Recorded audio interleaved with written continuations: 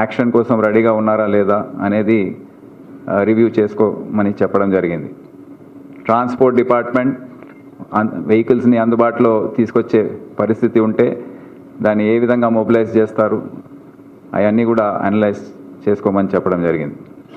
ICCC ఒక nodal సెంటర్గా ఉంటుంది, మొత్తము ఈ ప్రాంతమే కాకుండా మొత్తం రాష్ట్రం కోసం. అయితే కీలకమైన ప్రాంతాలు ఏవైతే ఉన్నాయో, సెన్సిటివ్ ఏరియాస్ ఏవైతే ఉన్నాయో, అక్కడ ఉన్న CCTVs 100% అవి పనిచేస్తున్నాయా లేవా, పని చేయని పరిస్థితుల్లో రీప్లేస్ చేసి, ఎమర్జెన్సీగా దాన్ని రీప్లేస్ చేసి కొత్త కెమెరాస్ కూడా బిగించి అన్ని అటువంటి సెన్సిటివ్ ఏరియాస్ లొకేషన్స్ ఏవైతే ఉన్నాయో అవి అందుబాటులో ఉన్నాయా లేవా, దాన్ని డైరెక్ట్ మనము ICCCలో చూడగలుగుతున్నా లేదా అనేది చెక్ చేసుకొని ఎంత ఖర్చైనా పర్వాలేదు అవన్నీ కూడా పూర్తి స్థాయిలో పనిచేయాలని ఆదేశించడం జరిగింది.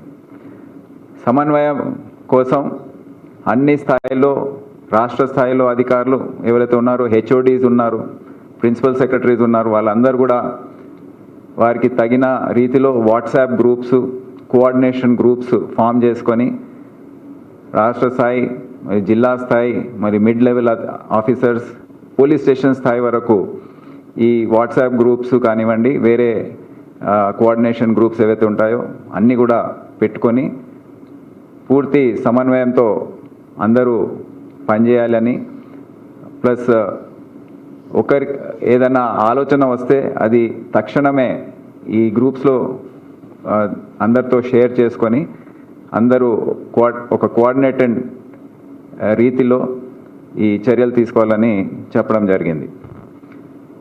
అదే కాకుండా వైటల్ ఇన్స్టలేషన్స్ ఏవైతే ఉన్నాయో, ముఖ్యమైన సంస్థలు ఏవైతే ఉన్నాయో అవన్నిటి దగ్గర పెట్రోలింగ్ పెంచి